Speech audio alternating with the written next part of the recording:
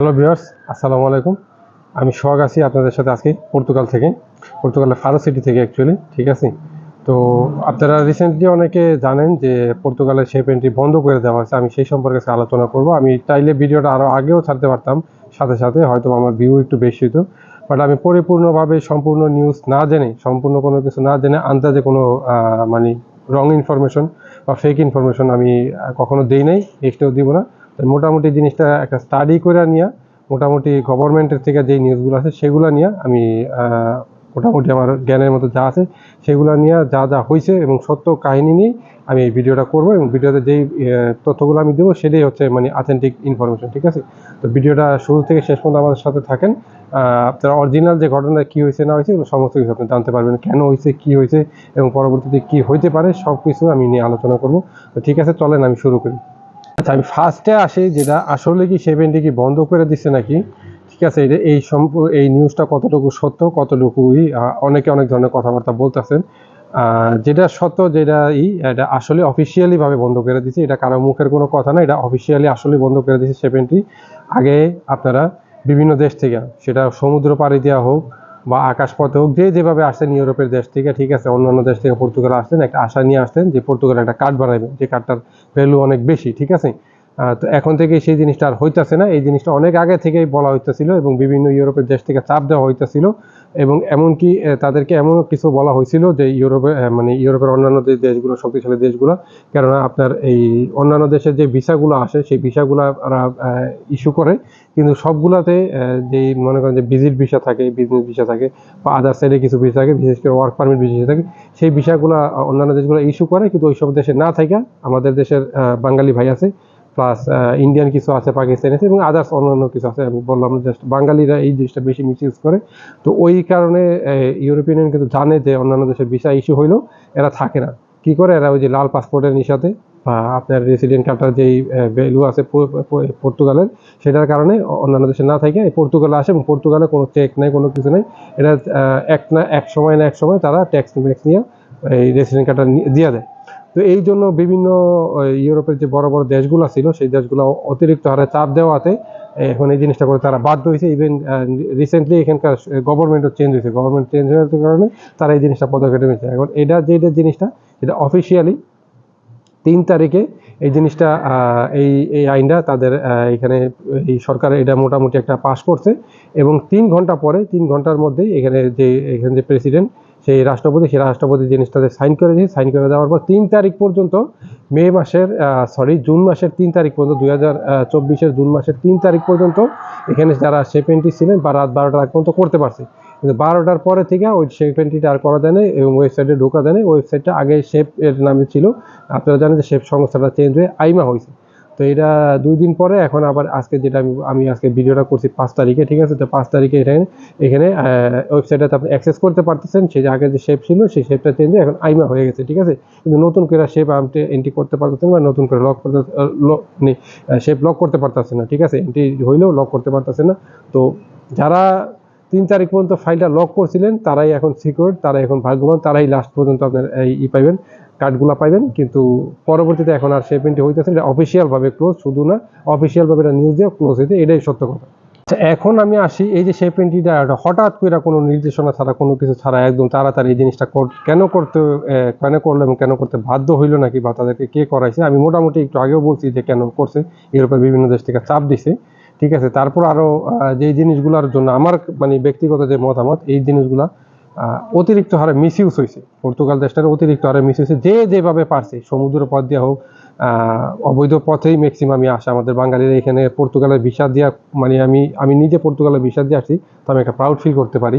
আর আমার লাইফে আমি এখন পর্যন্ত অনেকগুলো দেশ ঘুরছি, এই পর্যন্ত বাংলাদেশের বাইরে আমি পর্তুগাল সহ 3 নাম্বার দেশে আমি কাজ করতেছি। এর আগে মিডল ইস্টে ছিলাম, তো কোথাও আমি কোনো একদিনের জন্য অবৈধভাবে ছিলাম না, আর আমার পক্ষে অবৈধ থাকা সম্ভব না। তো এখানে আমি নিজের চোখে দেখছি যে 80 to 85% বাঙালি যারা আছে তারা অবৈধ পথে আসছে। খুব কম সংখ্যক মানুষ আছে সেনজেনের ভিসা দিয়ে আইসা এখানে হয়তো বা লিগ্যালিটি পাইছে। তো অন্যান্য দেশের যেরকম একটা সুবিধা নাই লিগ্যালিটি হওয়ার, তো এখানে আপনার লিগ্যালিটি বা বৈধ দেওয়ার একটা সুযোগ ছিল, সেই সুযোগটা এখন নাই। তো এই জিনিসটা কেন হঠাৎ বন্ধ করার কারণে যে মিসইউজটা বেশি হয়েছে। মিসইউজটা বেশি হয়েছে এবং সবার প্রতি একটা ঝোঁক ছিল যে অন্য কোথাও কোনো দেশ না হোক, পর্তুগালে এখানে কার্ড দিবে, পর্তুগালে আমাকে বৈধতা দিবেই। তো লাস্ট যে মানে 2024 বছর যেটা এখন বর্তমানে চলতেছে এবং 2023 থেকে শুরু করে গভর্নমেন্ট একটা বিভিন্ন যেই নিউজ চ্যানেল আছে সেই নিউজ চ্যানেলের মাধ্যমে আমি জানতে পারলাম, বা আরও বিভিন্ন মিডিয়া আছে ওগুলো জানতে পারলাম যে প্রতিদিন কমপক্ষে 5 থেকে 6 হাজার শেপ এন্ট্রি হইতো, প্রতিদিন কমপক্ষে 5 থেকে 6 হাজার শেপ এন্ট্রি হইতো। তো এই এতগুলা মানুষের যে শেপ এন্ট্রি যে হইতাছে, এগুলার রেসিডেন্ট কার্ড দিবে, এগুলার এই মানুষগুলো থাকার জায়গা কই, ইসের জায়গা কই, কাজের জায়গা কই, কাজ তো এখানে অনেক শর্টেজ। ঠিক আছে, তো এইখানকার যে মানুষ আসে শেপ এন্ট্রি করে, তো অনেকে থাকে, অনেকে আবার অন্য দেশ থেকে আপনার ট্যাক্স ম্যাক্স চালায়। ঠিক আছে, তো এই মানুষগুলার এতগুলার দেশগুলো রাখবো কোথায়? আপনি লিসবনে বিভিন্ন জায়গায় যান, রাস্তার মধ্যে মানুষ রাস্তার মধ্যে ঘুমাইতেছে। আমি এগুলো অনেক ভিডিও টিডিও করতে চাইছিলাম, বাট আমি করি নাই, খারাপ লাগে। এর মধ্যে বাঙালি ভাই ব্রাদারও কিছু আছে, পাঞ্জাবের কিছু আছে, অনেক ধরনের মানুষজন আছে। ঠিক আছে, তো এগুলো একটা দেশের ভারসাম্য মানে ভাবমূর্তি নষ্ট হয়। এই পর্তুগালটারে আমরা এশিয়ানরা পুরাটারে মানে নষ্ট করে ফেলাইছি, বিশেষ করে মাতৃমণি যে এরিয়া থেকে শুরু করে আরও কিছু এরিয়া আছে, ওগুলোতে গেলে মনে হবে না যে আপনি ইউরোপের মধ্যে আছেন, ওগুলোতে মনে হবে যে আপনি কোনো বাঙালি কোনো পাড়ার মধ্যে ঢাকা শহরে কোনো অলিতে গলিদের মধ্যে মনে করেন যে আছেন, এমন একটা সিচুয়েশন করে ফেলাইছে। তো এইগুলারও একটা ইফেক্ট ছিল, এগুলারও বিভিন্ন দেশের মিডিয়াগুলো দেখছে, বিভিন্ন দেশের মানুষজন দেখছে। আর যেটা বললাম, এটা অনেক আগের থেকেই এই ইউরোপীয় ইউনিয়নের থেকে এখানে প্রেশার দিতেছিল, পর্তুগালের উপর প্রেশার দিতেছিল যে তোমরা কিছু একটা করো। এবং সর্বশেষ যে জিনিসটা বিভিন্ন জায়গায় বিভিন্ন এখানকার লোকাল যে নিউজ পেপার হোক বা লোকাল কোনো নিউজ সংস্থা প্লাস এখানে ইন্টারন্যাশনাল নিউজ সংস্থার মধ্যে এমন কিছু খবর আসছে যে এই বছর জুলাই মাসের দিকে পর্তুগালের আপনার এই সেনজেনে থেকে বাইরে হয়ে যাইতে। তো এরকম একটা প্রেশার ছিল এবং এই জিনিসটা আসলে গুজবের মতো শোনা গেছিল, কিন্তু পরে যতটুকু আমি জানতাম না গুজব নেই, এখানে ওদের উপর একটা প্রেশার দেওয়া হয়েছে। প্রেশার দেওয়ার সত্ত্বেই তারা কিন্তু এই ডিসিশনটাতে আসতে বাধ্য হয়েছে, কোনো রকম নোটিশ ছাড়া, কোনো কিছু ছাড়া ইমিডিয়েটলি তারা এই জিনিসটা করছে। তো এইটাই হচ্ছে অ্যাকচুয়ালি মূল কারণ, বুঝতে পারছেন?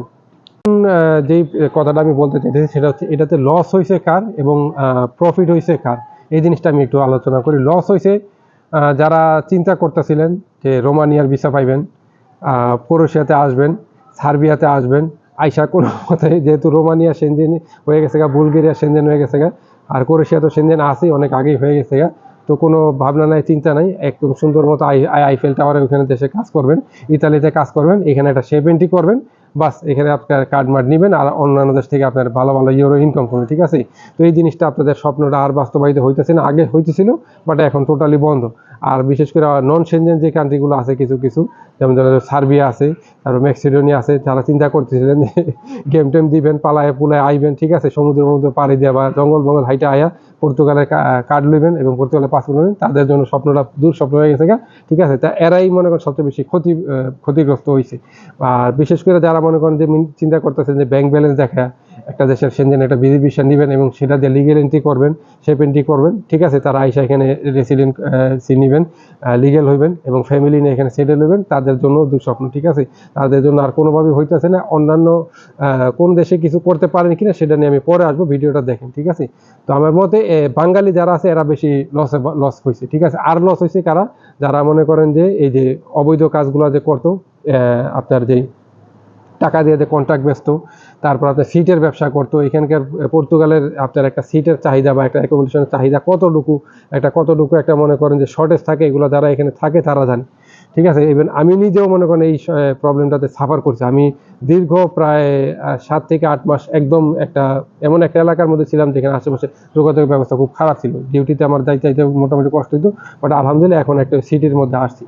তো এখানে পর্তুগালে যে বাসার ক্রাইসিস, পর্তুগালে যে অ্যাকোমোডেশন ক্রাইসিস, ঠিক আছে, এগুলো নিয়ে যারা বিজনেস করতো, ঠিক আছে, মনে করেন যে একটা পর্তুগিজ থেকে বাসার কন্ট্রাক্ট নিত, টোটাল একটা বাসার তিন রুমের একটা বাসার মনে করেন কন্ট্রাক্ট নিত মনে করেন যে 700-800 ইউরো দেয়, এবং সেটাতে লোক মনে করেন যে 4-5 জন থাকার বা 3 জন থাকার অ্যালাউড করতো, সেই জায়গায় এখানে 10 জন 12 জন রাখতো এবং ডাবল অনুযায়ী মনে করেন যে প্রফিটগুলো করতো। তাদের এখন লস হবে। ঠিক আছে, তারা এখন আর তেমন কোনো একটা কাস্টমার মনে করেন যে পাইব না। আর সবচেয়ে বড় লস হবে মাতৃমণিজের মধ্যে যেই দোকানগুলো আছে, নামে বেনামে কন্ট্রাক্ট বেচতো, ঠিক আছে, বিভিন্ন ধরনের কন্ট্রাক্ট বেচতো, ট্যাক্স চালাইতো, ঠিক আছে, তাদের মনে করেন যে এখন খাওয়া দাওয়া বাদ, এখন সব কিছু একটা ব্যালেন্স মতো চলে আসবে। এখন আসি মানে আপনার এখানে প্রফিটেবল কারা? প্রফিটেবল এই যে আমরা যারা আছি, ঠিক আছে, যারা এখানে বৈধভাবে আছি, যারা আমাদের কাছে এই যে সোনার হরিণ যেটা আছে, যে কার্ডটা আছে, ঠিক আছে, এই কার্ডটা যারা এখানে আমরা আছি তাদের জন্য এখন একটু সুবিধা, ঠিক আছে। তাদের জন্য যারা এখানে বৈধভাবে আছি তারা এখন মনে করেন যে চাইলে এখানে কাজ পরিবর্তন করবো, এখন কাজটা একটু কাজের পরিমাণটা একটু বেশি আসবে, কাজের চাহিদাটা এখন একটু বেশি আসবে, কাজটা এখন মোটামুটি একটা অ্যাভেলেবেল হবে, বাট এখনই না, এটা মোটামুটি 3-4 মাস পরে এটার একটা সুফল পাওয়া যাবে। তো কাজের চাহিদাটা বাড়বো, প্লাস এখানে হয়তো বা ইমিগ্রেন্টদের জন্য যারা লিগেলভাবে আছে তাদের জন্য কোনো কিছু সুযোগ সুবিধা পাবো, সরকার থেকে হয়তো কোনো সুযোগ সুবিধা দিব, এবং বাসার কাছে যেটা সেটা চলে যাবো। আমার মনে হইতেছে যে একটা ব্যালেন্স লাইফে আসবে। যেমন ইউরোপের অন্যান্য দেশ বলেন আপনি, যেমন পোল্যান্ড বলেন, তারপরে জার্মানি বলেন, ফ্রান্স বলেন, ওইখানে ওই সমস্ত দেশে কিন্তু একটা ব্যালেন্স লাইফ আছে। আপনার ইনকাম কম হইলেও বাড়ি ভাড়া যদি বেশি হয় তাহলে সেটা সরকার দিবে, বা ওই অনুযায়ী বাড়ি ভাড়াটা থাকে, আপনার ইনকাম যেরকম সেই অনুযায়ী বাড়ি ভাড়াটা থাকে, ঠিক আছে। কিন্তু এইখানে আপনার মনে করেন যে ইনকামের থেকে আপনার খরচটা বেশি। যেই টাকা আপনি এখানে বেসিক স্যালারি, সেই টাকা দিয়ে একটা ভালো একটা ফ্যামিলি নিয়ে বাসাই পাইবেন, তো এখানে আপনি খাইবেন কি, ওইখানে আপনার মনে করেন যে আদার্স খরচপাতি করবেন। কিন্তু আমার মনে হচ্ছে এখন একটা ব্যালেন্স লাইফে চলে আসবে। আমরা যারা আছি এদের এখন মনে করেন যে একটা ভালো কিছু আমরা আশা করতে পারি। আচ্ছা, তো এখন আসতেছি যে করণীয়টা কি। যারা মনে করেন যে যাদের বিভিন্ন দেশ আছেন, ফ্রান্সে আছেন, কোনো কাগজপত্র নাই, ইতালিতে আছেন, কোনো কাগজপত্র নাই, বা অনেকের ভিজিট ভিসাতে আসছেন, ইতালির এগ্রিকালচার ভিসাতে আসছেন, বা অন্যান্য দেশে ভিজিট ভিসাতে আসছেন, ভিসার মেয়াদটা এখনো আছে সেনজেনের ভিসাতে, ঠিক আছে। তো কোন দেশের লিগেলিটি হইবে? আমরা সবাই জানি যে বাংলাদেশে যারাই একটা ইউরোপের ভিসা পায় তারা কখনোই চাইবো না বাংলাদেশে চলে যেতে। কিছু মানুষ আছে যারা অরিজিনালি ভিজিটর, তারা যায়, ঠিক আছে। তো এখন আপনাদের করণীয় কি? যেহেতু পর্তুগালের একটা রাস্তা ছিল, পর্তুগাল বন্ধ করে দিয়েছিল, তো এখন আপনার পরিচয়টা, পিতৃ পরিচয় কোথায় পাবেন? আমি একটু খারাপভাবেই বলতেছি, কেউ মাইন্ডে নিয়ে না। তো ওই পিতৃ পরিচয় যেটা আছে, এখনো সময় শেষ হয় নাই, কিছু জিনিস আছে, ঠিক আছে। কিছু কিছু দেশ আছে যেখানে আপনি লিগেলিটি নিতে পারেন, কিন্তু এখানে সময়ের ব্যাপার আছে আপনাদের। বাট আমি বলতেছি এটারে কোনো মানে একদম খারাপভাবে মিস ইউজ করেন না। ওইখানকার যে ওই সমস্ত দেশের যে ল আছে, ল অনুযায়ী চলেন, ইনশাল্লাহ হয়তো একদিন ভালো একটা সুফল পাইতে পারেন। আপনাদের কাছে যেই সেকেন্ড অপশনটা থাকে সেটা হচ্ছে পর্তুগালের চিন্তা তো বাদ, এখন স্পেনে একটা সুযোগ দিছে, স্পেনে আপনারা যাইতে পারেন, যাদের এখনো পর্যন্ত আপনার আছে, ভিসার মেয়াদ আছে, ট্রাভেল করতে পারেন, লিগেলভাবে ট্রাভেল করেন, কোনো জঙ্গল পাড়ি দেওয়া লাগবে না। যদি সেনজেনের ভিসাটা অ্যাক্টিভ থাকে, ভ্যালিড থাকে, আপনারা স্পেনে যান। স্পেনে একটা সুযোগ দিছে 3 বছর আপনি যদি ওখানে বৈধভাবে থাকতে পারেন, উইদাউট এনি ক্রিমিনাল রেকর্ড ছাড়া, এবং এখানে আপনি প্রুফ করতে পারেন একটা বাসার মধ্যে 3 বছর থাকতে হবে, ঠিক আছে। আর স্পেনে কাজ কাম মোটামুটি ভালো। আমি স্পেনে ঘুরে আসছি 1-1.5 মাস আগে। স্পেনের ওয়েদার বলেন, সমস্ত কিছু বলেন, ওই কাজকর্মের সিচুয়েশন ভালো, টাকার জায়গাও ভালো আছে। তো ওইখানে থাকেন, একটু সময় লাগলো ওইখানে আপনার রেসিডেন্টই পাই যেতে পারেন, ঠিক আছে। যারা এখনো যান নাই, রিসেন্টলি আমি মনে করি মুভ করা দরকার। আইফেল টাওয়ারে যারা আছেন, মনে করেন যে একটা তো সুযোগ ছিল যে আপনার এখানে শেপেন্টি করে আসে কোনো কিছু করবেন, বাট এখন নাই। যেহেতু আপনার ওই আইফেল টাওয়ার দেশ ছাইরা এখন ইমিডিয়েটলি আপনার স্পেনে যান, কারণ স্পেনের জিনিসটা অনেকেই জানে। তো এটা যে কোনো সময় আবার স্পেনের বন্ধ হয়ে যেতে পারে। তো স্পেনে চলে যান, স্পেনে গেলে আপনারা আজব কালক বানাইতে পারবেন। স্পেন ছাড়াও আর কিছু কিছু দেশ আছে, ওগুলো নিয়ে পরবর্তীতে আলোচনা করুন। এখন আসে সর্বশেষ যে কথা, তাহলে পর্তুগালে তাহলে কে কার্ড বানাইতে পারবো? পর্তুগালের রাস্তা যেহেতু শেপেন্টি বন্ধ হয়েছে, তাহলে কারা বানাইতে পারবে? পর্তুগালের রাস্তা এখনো বন্ধ হয়নি। পর্তুগালের ওয়ার্ক পারমিট বিষয় এখনো চালু আছে, যদিও অ্যাপয়েন্টমেন্টের সিস্টেমটা এখন বন্ধ। সবচেয়ে ইজি যেই প্রসেসটা ছিল এখনো আছে, ঠিক আছে, এটাও হয়তো যে কোনো সময় বন্ধ করে দেবেন, সেটা হচ্ছে জব সিকার ভিসা। আপনারা যদি ইউরোপের আশেপাশে দেশে কেউ যদি লিগেলভাবে থাকেন, অনেকে পোল্যান্ডে আছে, অনেকে ক্রোয়েশিয়াতে আছেন, অনেকে রোমানিয়াতে আছেন, যদি আপনাদের টিআরসি কার্ড থাকে, ওই দেশের একটা পুলিশ ক্লিয়ারেন্স নিতে পারেন, আমার সাথে যোগাযোগ করেন, আমি আপনাদেরকে জব সিকার ভিসা নিয়ে ভালোভাবে আমি হেল্প করতে পারবো। আর জব সিকার ভিসার যে সিস্টেমটা, সেটাও রেসিডেন্সি ভিসার মতো, ওইখানে আপনার ভিসার মধ্যে ফিঙ্গারপ্রিন্টের অ্যাপয়েন্টমেন্ট দেওয়া থাকে। তাতে যদি ওই ভিসাটা পান, ওই ভিসার মধ্যে অ্যাপয়েন্টমেন্টের জন্য আপনার আর কোনো শেপেন্টি করতে হবে না, আসে 1-1.5 মাসের মধ্যে এখানে ফিঙ্গার দিবেন, একটা জব ম্যানেজ করবেন। জব ম্যানেজ না করতে বলে অনেক ওয়ে আছে এখানে, জব কন্ট্রাক্ট কিনার হাবিজাবি, এগুলো আমি পরবর্তী বলে আমার সাথে পার্সোনালভাবে যোগাযোগ করেন। যদি কেউ লিগেলভাবে থাকেন এবং ওই দেশের রেসিডেন্ট কার্ড এবং পুলিশ ক্লিয়ারেন্স থাকে, তাইলে আমি আপনাদেরকে জব সিকার বিষয় নিয়ে টোটালি আমি হেল্প করে দিতে পারবো বিনা স্বার্থে। তো জব সিকার বিষয় দিয়ে আপনি এসে এখানে রেসিডেন্সি এখনও নিতে পারবেন, ইভেন লাল পাসপোর্টও নিতে পারবেন। আমি ইনশাল্লাহ লাল পাসপোর্টের আশায় বসে রয়েছি। আর ওয়ার্ক পারমিট ভিসাতে আপনারা আসতে পারেন। ওয়ার্ক পারমিট এখনও বহুত কোম্পানি রিসেন্টলি আমার জানা মানে অনেক বাংলাদেশ থেকেও আসছে, যদিও একটু বিষয়টা অতিরিক্ত জটিল, প্লাস ইভেন একটা বিশাল একটা কস্টিংয়ের ব্যাপার সেবার আছে, তো ওইভাবে আসতে পারেন। এখন অন্যভাবে কোনোভাবে চিন্তা করে যে অন্য অন্য দেশ থেকে আইসা এখানে রেসিডেন্ট পারমিট নেবেন, সেই জিনিসটা আর হইতেছে না, টোটালি বন্ধ, ঠিক আছে। আর জব সিকার বিষয়ে যেটা বললাম যে অনেকে আবার বাংলাদেশ থেকে নক দিবেন, ভাই আমার বাংলাদেশ থেকে জব সিকার বিষয় করে দিন, মিডল ইস্ট থেকে করে দেন। মিডল ইস্ট থেকে অ্যাপয়েন্টমেন্ট টোটালি এখন বন্ধ করে দিয়েছে। মিডল ইস্ট থেকে বিশেষ করে দুবাই থেকে আমাকে অনেক নক দিয়েছেন, আর কাতার থেকে অনেকে নক দিয়েছেন। কাতার থেকে কিছুদিন আগেও দিত, বাট এখন টোটালি নাই। সৌদি আরবে আপনারা ট্রাই করে থাকেন। সৌদি আরবে আমার এক ভাই আছে, ইয়াসিন ভাই নামে এক ভাই আছে, খুবই ভদ্রলোক, ঠিক আছে, খুবই দিনই লোক। উনি বলছে যে ওনার নাকি এক পরিচিত লোক এই অল্প কিছুদিন আগে পাইছে। তো আপনারা চেষ্টা করতে থাকেন, যদি অ্যাপয়েন্টমেন্ট ম্যানেজ করার পর অ্যাপয়েন্টমেন্ট ম্যানেজ করতে পারেন, তাহলে আমার সাথে যোগাযোগ করেন, যে ডকুমেন্টগুলো লাগে আমি ডকুমেন্টগুলো সাজাই দেবেন। আর ইউরোপের যে দেশগুলো দেখছেন ওইখান থেকে মোটামুটি এখনো একটু ইজি, এখনো একটু অ্যাপয়েন্টমেন্ট পাওয়া যায়। তো আপনারা আমার সাথে যোগাযোগ করেন, ইনশাল্লাহ এখনো রেসিডেন্ট কার্ড যদি আপনাদের থাকে, ইচ্ছা থাকে, তাহলে আমি মোটামুটি আপনাদেরকে হেল্প করতে পারবো, ঠিক আছে। তো আমি এই ভিডিওটা অনেক লম্বা হলো, মোটামুটি বুঝতে পারতেছেন যে কীভাবে। আর আমি যেই নিউজগুলো দিলাম এগুলোই অথেন্টিক নিউজ, এর বাইরে কোনো যেগুলো দেয় সেগুলো ফেক নিউজ, ঠিক আছে, এগুলো একদম সত্য নিউজ। তো যদি ভিডিওটা আপনাদেরকে একটু ভালো লাগে বা ইনফরমেটিভ কোনো কিছু মনে হয়, তাহলে আমার চ্যানেলটা দয়া করে সাবস্ক্রাইব করেন। আর যদি আমার ফেসবুক পেজ থেকে দেন তাহলে পেজটা লাইক এবং ফলো দিয়ে পাশে থাকেন, ঠিক আছে। তো নেক্সট কোনো ভিডিওতে আবার দেখাবো, সেই পর্যন্ত সবাই ভালো থাকেন। আসসালামু আলাইকুম ওয়া রাহমাতুল্লাহি ওয়া বারাকাতুহু।